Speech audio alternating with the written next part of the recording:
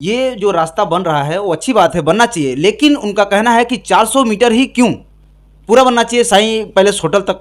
Sir लेकिन जब विजय राठौर जी आयुक्त थे उस समय उन्होंने कहा था कि ये जो रास्ता है, ये जो ओसवाल बिल्डिंग जो बन रही हो, वो बिल्डर ही ये रास्ता बना कर देगा। जिस दिन आप लोग वहाँ पे उद्घाटन करने गए थे, उसी के बाजू में वहाँ पे गोबर का ढेरा लगा हुआ है और वहाँ पे गोबर की वजह से वो पूरा नाला ब्लॉक पड़ा है, वो उसकी साफ सफाई क्यों नहीं हो? वहाँ पे कई गटर भी खुले पड़े हैं और उसी के सामने राज स्टेट के सामने अगर ये डीपी प्लान का रोड बन रहा है तो राज स्टेट के सामने का जो रास्ता है अभी तक वो ऐसे पड़ा है, वो क्यों नहीं बन रहा? 5-5 नगर सेवक हैं और एक महापौर भी हैं, लेकिन सबसे ज़्यादा मीरा भाईंदर में जो स्थिति है तो सबसे ज़्यादा प्रभाग क्रमांक 14 की दयनीय स्थिति है। क्या कहेंगे? इतनी बदबू है वहाँ पे, लोग बाजू में शराबियों का अड्डा बना हुआ है वहाँ पे सर, वो जो पतरा लगा हुआ है और वहाँ पे गटर है, जो रोड पर इतनी गंदगी फैली हुई है। क्या कहेंगे? दुरुस्तीकरण की बात नहीं कर रहा हूँ मैं, वहाँ पे साफ सफाई की बात कर रहा हूँ। वहाँ पे साफ सफाई होती ही नहीं है। वहाँ पे आज भी मेरे साथ में आप चलेंगे तो वहाँ पे आप खड़े नहीं हो। साल ग्रीन ब्रिज से लेकर के नीलकमल तक बारिश में पूरा पानी जमा हो जाता है, कमर तक पानी होता है, दुकानदारों का लाखों तक नुकसान होता है। हर साल बारिश में मुद्दा गर्म होता है, उसके बाद बारिश ख़त्म होता है, इसके बाद मुद्दा ठंडे बस्ती में रख दिया जाता है और गटर का काम अभी तक नहीं हुआ है।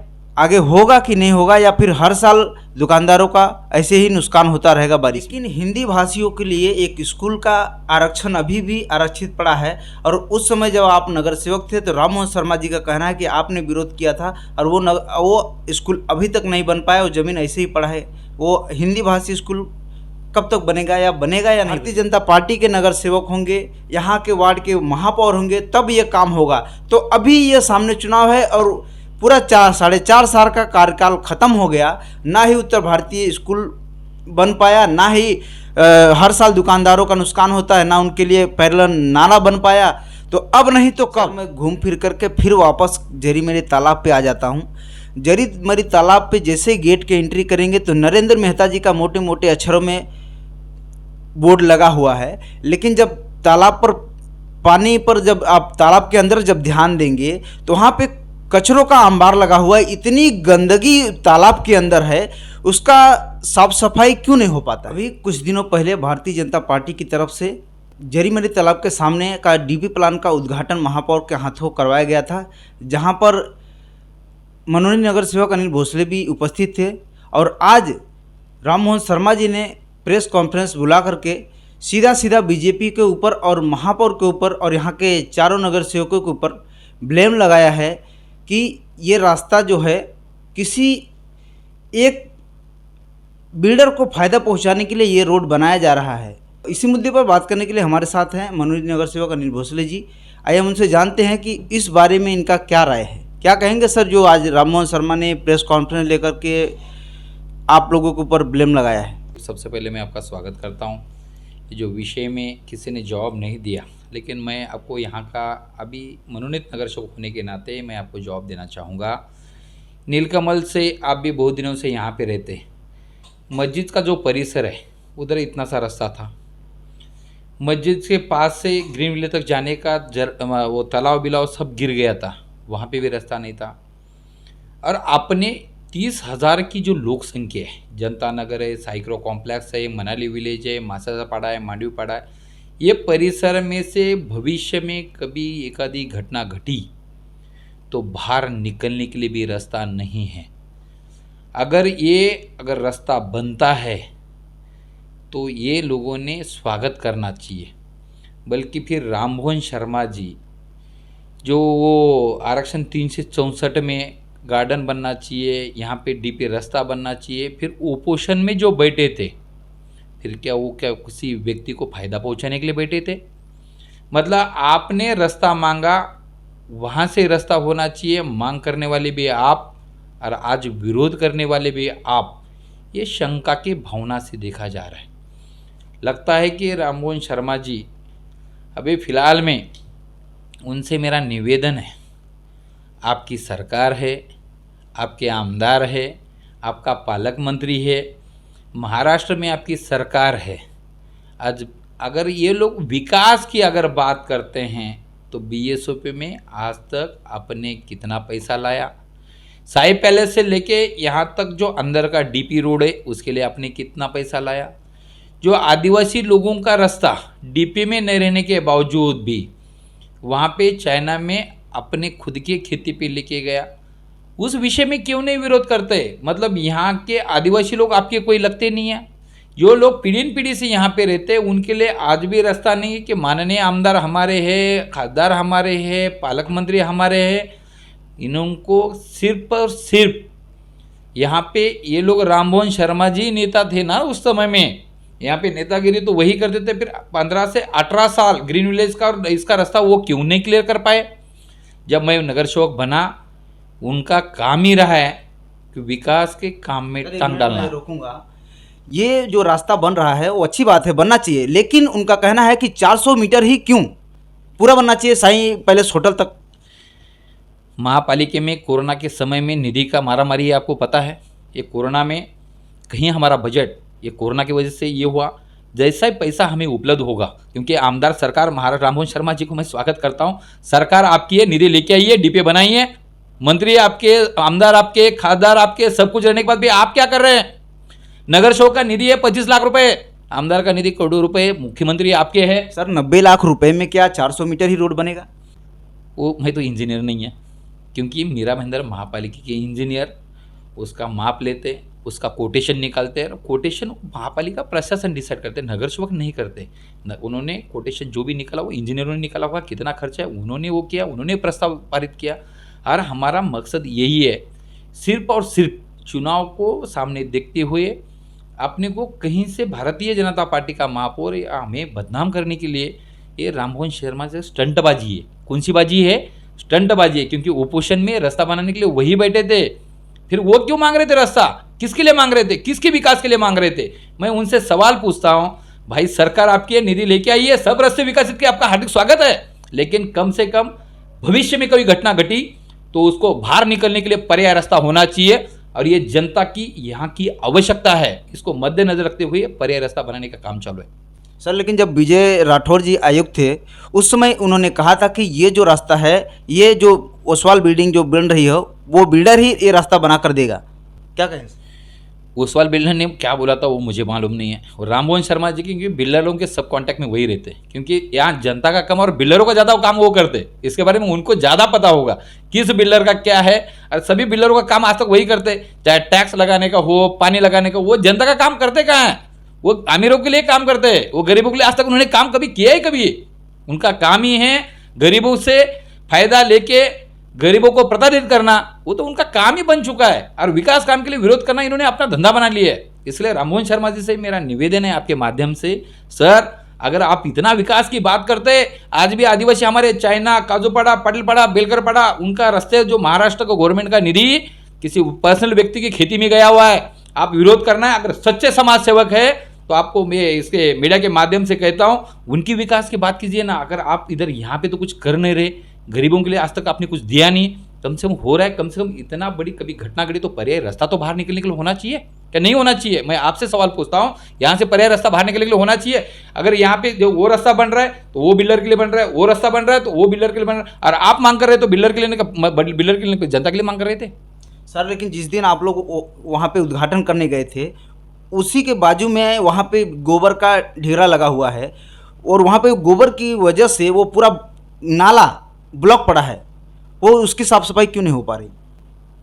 अभी रास्ते का काम हो रहा है, साफ सफाई तो होती है, साफ सफाई नहीं होती। अभी कैसा नाला है, गोबर है, उनके प्राइवेट ज़मीन में है, और प्राइवेट ज़मीन में अपना कोई कुछ करता है तो महापालिका है, हम उसके हकदार नहीं हैं।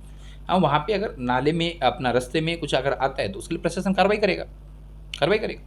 सर वहाँ पे कई गटर भी खुले पड़े हैं, और उसी के सामने राज स्टेट के सामने अगर ये डीपी प्लान का रोड बन रहा है तो राज स्टेट के सामने का जो रास्ता है अभी तक वो ऐसे पड़ा है, वो क्यों नहीं बन रहा है? वहाँ के जो विकासक है उनसे भी हमने बात की थी बीच में, वहाँ के विकासकों को भी हमने कहा था कि उन्होंने कहा कि ज़मीन में हमारा कोई लिटिगेशन बाकी है, वो महापालिका के साथ बार हैंडओवर करे, वो भी रास्ता हम बनाने के लिए तैयार है। हमारा तो मकसद ये है कि नीलकमल नाका एक ही रास्ता है, और हमारी इतनी बड़ी लोक संख्या की बस्ती में पर्यायी रास्ता होना बहुत आवश्यक है, और उसकी जनता की मांग के अनुसार वो रास्ते का काम चालू हो रहा है। तो अभी सर जिस हिसाब से यहाँ पे देख रहा हूँ लगातार नारियल फोड़ने का काम चल रहा है, लेकिन नारियल फोड़ने के बाद कुछ वहाँ पे काम नहीं होता है। आपने जब वहाँ पे गए थे, नारियल फोड़ करके आप लोग सब लोग आए थे, जो हालत वहाँ की है, वहाँ पे आप जा करके 10 मिनट या 10 मिनट तक खड़े नहीं हो सकते, वहाँ की ये स्थिति है। उसके बारे में क्या कहेंगे आप? वहाँ पे इतनी बदबू है, वहाँ पे लोग बाजू में शराबियों का अड्डा बना हुआ है वहाँ पे सर, वो जो पतरा लगा हुआ है, और वहाँ पे गटर है, जो रोड पर इतनी गंदगी फैली हुई है, क्या कहेंगे उसके बारे में? नहीं, वो जो भी है, अभी रास्ता बनेगा तो वहाँ का सब गोबर वोबर जिसका भी वो तो हट ही जाएगा। अभी वो प्रशासन है, जिसको भी ठेकेदार है, जिसने भी कॉन्ट्रैक्ट लिया है, वो काम चालू करेगा, हो जाएगा, हो जाएगा। अभी मैं दसकुल पाड़ा में गया था, वहाँ पर मैंने एक बाथरूम का विजिट किया। वहाँ पे बाथरूम को इतनी दयनीय स्थिति है वहाँ पर कि वहाँ पर लोग बाथरूम ना जाने कैसे जाते होंगे, लेकिन पूरा टॉयलेट का पूरा गंद, जो पूरा इलाका वहाँ पे खड़े नहीं हो सकते, इतनी इतनी गंदगी है वहाँ पे। 5-5 नगर सेवक हैं और एक महापौर भी हैं, लेकिन सबसे ज़्यादा मीरा भाईंदर में जो स्थिति है, तो सबसे ज़्यादा प्रभाग क्रमांक 14 की दयनीय स्थिति है। क्या कहेंगे सर? गुप्ता जी, मैं यहाँ का नगर सेवक नहीं, मैं वापस कह रहा हूँ, मैं मीरा भाईंदर का मनोनीत नगर सेवक हूँ। यहाँ पे 4 नगर सेवक है। आपको स्लम की जो बात करते हैं गुप्ता जी, आपको मैं महापालिका से जानकारी लेके देता हूँ। जैसे बाथरूम बनाते ना, ये स्लम में इतने चर्सी लोग हैं, ये चर्सी लोग गाड़ी अपना दरवाजा तोड़, बाथरूम तोड़ बनाते, तो तुरंत तोड़ ताड़ के 8 दिन में बराबर कर लेते। पुलिस प्रशासन से हमने कई बार कंप्लेंट की। अभी उसमें बनाने के बाद, बाथरूम बनने के बाद कम से कम 6 महीना 8 महीना तो चलना चाहिए। वो लोग इतनी दुरावस्था करते, दारू के नशे में, चरस के नशे में, झोपड़पट्टी में इतने चर्चियों का अड्डा बन गया है। वो चर्ची लोग तोड़ते तो क्या अभी नगर सेवक क्या करे, वॉचमैन ही करे? सर वो दुरुस्तीकरण की बात नहीं कर रहा हूँ मैं, वहाँ पे साफ़ सफाई की बात कर रहा हूँ। वहाँ पे साफ़ सफाई होती ही नहीं है। वहाँ पे आज भी मेरे साथ में आप चलेंगे तो वहाँ पे आप खड़े नहीं हो पाएंगे। गुप्ता जी, साफ सफाई होगी कैसे? आप बाथरूम तोड़ोगे, उसमें पत्थर डालोगे, तो साफ सफाई कैसी होगी मुझे बताएंगे आप मुझे एक बात बताइए। फिर भी हमने ये आने वाले बजट में जितने भी झोपड़पट्टी के बाथरूम हैं उसको रिपेयर करने का, या जो दुरावस्था होगा उसका बनाने का निर्णय लिया हुआ है। पैसे की कमी है, बजट की कमी है। ये आने वाला जो बजट होगा उसमें हमारे इधर से जितने भी बाथरूम हैं जो एकदम दैनंदिन अवस्था में, ये टाइम में बनाने का हमारा प्रयास नक्की है। हर साल ग्रीन ब्रिज से लेकर के नीलकमल तक बारिश में पूरा पानी जमा हो जाता है, कमर तक पानी होता है, दुकानदारों का लाखों तक नुकसान होता है। हर साल बारिश में मुद्दा गर्म होता है, उसके बाद बारिश ख़त्म होता है, इसके बाद मुद्दा ठंडे बस्ती में रख दिया जाता है। और गटर का काम अभी तक नहीं हुआ है, आगे होगा कि नहीं होगा, या फिर हर साल दुकानदारों का ऐसे ही नुकसान होता रहेगा बारिश में? गुप्ता जी, बहुत बढ़िया सवाल पूछा आपने। आपकी जानकारी के लिए बोलता हूँ, हमने जो पानी जो है, जो शाही पैलेस में से जो जाता है, हमने महापौर मैडम ने और भारतीय जनता पार्टी के माध्यम से कई बार उसको पैरेलल नाले की मांग की है। बल्कि शाही पैलेस से लेके सगनाई देवी तक जो अपना घोड़बंदर जो जाने वाला नाला है, उसका आउटलेट का पैसा भी 5.5 करोड़ रुपए उसका मंजूरी है। लेकिन वहाँ से वो विषय समाप्त होने वाला नहीं है। शाही पैलेस से लेके पैरेलल जो नाला है, हमें कम से कम यहाँ पे मीनाक्षी नगर तक नाला आने की आवश्यकता है। उसका कारण ये है, दाजकुलपाड़ी का आने वाला पानी इस शाही पैलेस से चला जाता है। दूसरा, माशा का पाड़ा जो गांव है वो पानी मीनाक्षी नगर में आ जाता है। दाजकुलपाड़े का जो ऊपर का जो भाग है, जो पंकज सिंह का जो जगह है, वहाँ से आने वाला पानी वही मीनाक्षी नगर में आता है। और यहाँ पे माशा का पाड़ा स्कूल कमर 19 जो जहाँ पे सुरेश पाटिल जी का जो परिसर है, वहाँ का भी पानी एक ही नाले में आता है। उसमें पैरेलल नाला बनाने का प्रस्ताव डाला हुआ है। वो प्रस्ताव नाला साथ में डीपी रोड, लेकिन करोड़ों रुपए का वो बजट रहने के कारण वो काम में थोड़ा विलम्ब हो रहा है। लेकिन मीरा भाईंदर महापालिका ने हमारे महापौर या हमारे सम्मानित नगर सेवक भारतीय जनता पार्टी की तरफ से उसका प्रस्तावित है, और हम लोग पैरेलल नाला जल्दी निकल के उसका समाधान निकालने का हमारा प्रयास चालू है। प्रयास ही रहेगा कि काम भी होगा? गुप्ता जी, आप यहाँ पे 2012 में जब आए थे, यहाँ पे प्रयास था क्या? आज मुझे एक बात बताइए, यहाँ पे एक समय में आपको कोई लोन नहीं देता था। लोन, कोई भी बैंक घर के लिए किसी के लिए लोन नहीं देती थी। वो परिसर ये निगेटिव परिसर था। आज यहाँ पे बैंक आई, यहाँ पे बस सेवा आई, यहाँ की गैस की लाइन आई, यहाँ पे रास्ते बने, यहाँ पे स्कूल 8वीं तक हुआ, यहाँ पे स्लम में अभी BSOP का काम चालू है, यहाँ के रास्ते विकसित हुए और बहुत सारा यहाँ पे हमारा स्कूल आया, अभी कॉलेज आ रहा है। हमारा परिसर अगर हम प्रयास ही मतलब करते रहते तो इतने काम नहीं होते। सर इतना सारा काम हुआ, लेकिन हिंदी भाषियों के लिए एक स्कूल का आरक्षण अभी भी आरक्षित पड़ा है। और उस समय जब आप नगर सेवक थे तो राम मोहन शर्मा जी का कहना है कि आपने विरोध किया था और वो स्कूल अभी तक नहीं बन पाया, वो ज़मीन ऐसे ही पड़ा है। वो हिंदी भाषी स्कूल कब तक बनेगा या नहीं बनेगा? गुप्ता जी, आपने सवाल पूछा अभी, अगर आप पहले अगर बोलते ये विषय में तो मैं आपको लेटर देता। उसका 60 लाख रुपए का कोटेशन निकाल के रखा हुआ है। हमने कभी विरोध नहीं किया है। और हिंदी मीडियम का स्कूल यहाँ पे हमने ऑलरेडी मांग के उसे कहीं लेटर से मेरे पास, क्योंकि मैं झूठ बोला और नेट बोलो राममोहन जी का स्वभाव रहा है। राममोहन जी कैसा बोला, वो मराठी में कहावत है ना, खोटो बोल पण रेटून बोल। कैसा है, जब राममोहन शर्मा जी जब यहाँ पे नगर शो के साथ में पीए बन के रहते थे और वो उत्तर भारतीय थे। अभी उत्तर भारतीय की याद इनको चुनाव में बराबर आ जाती है, स्कूल की बात करते ये बात करते वो इस चुनाव में। लेकिन जब वो टाइम में वो hold and sold Nagar show के पीए और वो काम भी वही सोचते, वो अनुभवी ने मतलब राममोहन जी है, इनको बहुत बढ़िया अनुभव है। लेकिन वो कब याद आ जाता है, जैसा ही चुनाव आ गया तो उनको याद आ जाता है। और फिर बाद में उत्तर भारतीय क्या, दक्षिण भारतीय क्या, जब विनय शाह जी ने यहाँ पे 364 में 10 साल पहले नोटरी एग्रीमेंट पे उन्होंने दस्त बना के 10 साल के बाद रजिस्ट्रेशन करवाया और राममोहन शर्मा जी ने वो 307 लोगों को रोड पे लाया, वो उत्तर भारतीय नहीं थे क्या? अभी अगर वो गलत है, वो अगर दस्तावेज गलत है तो वहाँ पे उस टाइम में तो भाई साहब पीए रह चुके थे, उस समय में उन्होंने क्यों नहीं आवाज़ उठाया?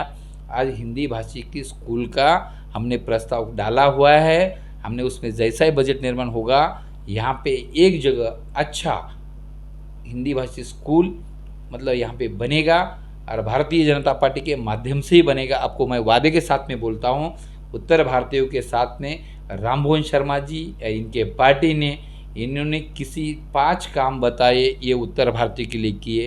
खाली उत्तर भारतीय के नाम पे राजकारण ना करें। सर जब आप आज के 4.5 साल पहले आप जब इलेक्शन के समय पे घूम रहे थे तो आपने बोला था जब भारतीय जनता पार्टी के नगर सेवक होंगे, यहाँ के वार्ड के महापौर होंगे तब ये काम होगा। तो अभी ये सामने चुनाव है और पूरा 4.5 साल का कार्यकाल खत्म हो गया, ना ही उत्तर भारतीय स्कूल बन पाया, ना ही हर साल दुकानदारों का नुकसान होता है, ना उनके लिए पैरेलल नाला बन पाया। तो अब नहीं तो कब? अच्छा सवाल पूछा गुप्ता जी। अभी क्या है, कोरोना तो भारतीय जनता पार्टी ने महापौर ने तो नहीं लाया ना। आपको पता है हमारी महापौर बनने के बाद हम कम से कम 1.5 साल से कोरोना से पीड़ित हैं और कोरोना के समय में बहुत सारे कामकाज को रुके हुए। अभी हमारा बजट एक लास्ट का जो बजट बचा है उसमें से जो भी कर सकते हैं वो सब चीज़ों के लिए लगता है पैसा। और हमारे जैसे मुंबई ऐसे इतनी बड़ी महापालिका नहीं है ना गुप्ता जी, हमारी महापालिका बहुत छोटी है और उसमें शहर के बहुत सारे हमारे काम है। उसमें से एक ही वार्ड के लिए तो पूरा महापालिका बजट लगा नहीं सकते ना सर। पूरा महापालिका बजट एक ही वार्ड में तो दे सकते नहीं, क्योंकि हमारे इधर सभी प्रभाग में सभी नगर सेवकों को, चाहे सेना का हो, भाजपा का हो, कांग्रेस का हो, महापौर होने के नाते सभी का तो काम करना है। अपने हिस्से में जो भी आ सकता है तो करने का नक्की प्रयास करेंगे। सर मैं घूम फिर करके फिर वापस जरी मेरे तालाब पे आ जाता हूँ। जरी मेरी तालाब पे जैसे गेट के एंट्री करेंगे तो नरेंद्र मेहता जी का मोटे मोटे अक्षरों में बोर्ड लगा हुआ है, लेकिन जब तालाब पर पानी पर जब आप तालाब के अंदर जब ध्यान देंगे तो वहाँ पे कचरों का अंबार लगा हुआ है। इतनी गंदगी तालाब के अंदर है, उसका साफ सफाई क्यों नहीं हो पाता है? गुप्ता जी आपकी जानकारी के लिए बोलता हूँ, लगता है मतलब आप लोगों ने, मीडिया वालों ने चश्मा पहन लिया है। आपके जानकारी के लिए बोलता हूँ, मैं जब नगर सेवक था 1000 गाड़ी वहाँ से पूरा कचरा निकाल गया। लेकिन यहाँ पे स्लम रहने के कारण आदमी वो वहाँ से ऊपर से कचरा फेंक देते, ये आपने देखा। अभी वहाँ पे प्लास्टिक पानी में से पैदा हो रहा है क्या थैलियाँ? नहीं। हमें यहाँ के लोगों को, आपको मीडिया के माध्यम से कहना चाहूँगा, जनता से मैं अपील करना चाहूँगा, अभी डब्बे दिए हुए मीरा भाईंदर महापालिका ने, आपका जो कचरा है गीला और सूखा वो डब्बे में डाले, प्लास्टिक आप डाल देते हो, कचरा आप फेंकते हो और सवाल नगर सेवकों से पूछते हो। अभी नगर सेवक ने क्या करे, मैं क्या उम्मीद है आपसे, मैं मतलब जनता से मैं अपील करता हूँ कि नगर सेवक का गेट पे वॉचमैनी करे, डंडा लेके खड़ा रहे कि भाई प्लास्टिक मत फेंको। अपन सब समझदार है, शहरी भागों में रहते, स्वच्छ सुंदर मीरा भाईंदर के लिए जनता से मेरा अपील सर लेकिन उसके लिए कर्मचारियों को रखा गया है साफ सफाई के लिए, तो वो तालाब की साफ सफाई क्यों नहीं हो पा रही? सर साफ सफाई बारंबार होती है, गणपति आता है आप दूसरे दिन आइए, पूरा तालाब भरा रहता है, हम लोग साफ सफाई करते हैं। छठ पूजा आती है आप आइए, पूरा तालाब साफ सफाई करते। नवरात्र आती है पूरा साफ सफाई करते। इतर समय में ज़्यादा कचरा जब लोग फेंकते, कचरा के नगर सेवक फेंकते, हम फेंकते, यहाँ की जनता उनको हमें कचरा को पानी में नहीं डालते हुए बाजू में वहाँ पे कुंडी रखी उसमें डालना चाहिए, कचरा वहाँ जमा करना चाहिए। कहीं बार विनती करने के बावजूद भी लोग ग्रिल के ऊपर से फेंक देते, क्या करेंगे बताइए? मैं आपसे सवाल पूछता हूँ, आपने मुझे सवाल पूछा, मैं मीडिया के माध्यम से मैं आपसे सवाल पूछता हूँ, जनता को सवाल पूछता हूँ। अभी वार्षिक नगर सेवक क्या करे, प्लास्टिक पकड़ के खड़े रहे कि जहाँ पे कचरा नहीं खड़े हुए, मतलब पानी में नहीं डाले। हम लोग तो साफ सफाई करते हैं, साफ सफाई रखना हमारा कर्म, जनता ने हमें जिता के दिए, हमारा काम है साफ सफाई रखना। लेकिन ये फेंकता कौन है कचरा? यही लोग फेंकते। जनता से भी मेरे आपके माध्यम से मैं अपील करता हूँ कि कचरा बाहर रखे, पानी में ना डाले, तालाब गंदा होता है, वहाँ पे मच्छी मरती है, ये बहुत गंदगी फैलती है, अच्छा नहीं दिखता है। इसलिए जनता से मैं अपील करूँगा कचरा बाहर डालने का प्रयास करें। तो आप सुन रहे थे अनिल भोसले जी को। तो आप देखते रहिए, बने रहिए हमारे साथ। फिर मिलेंगे अगले कुछ खास खबरों के साथ। तब तक के लिए जय हिंद, जय महाराष्ट्र।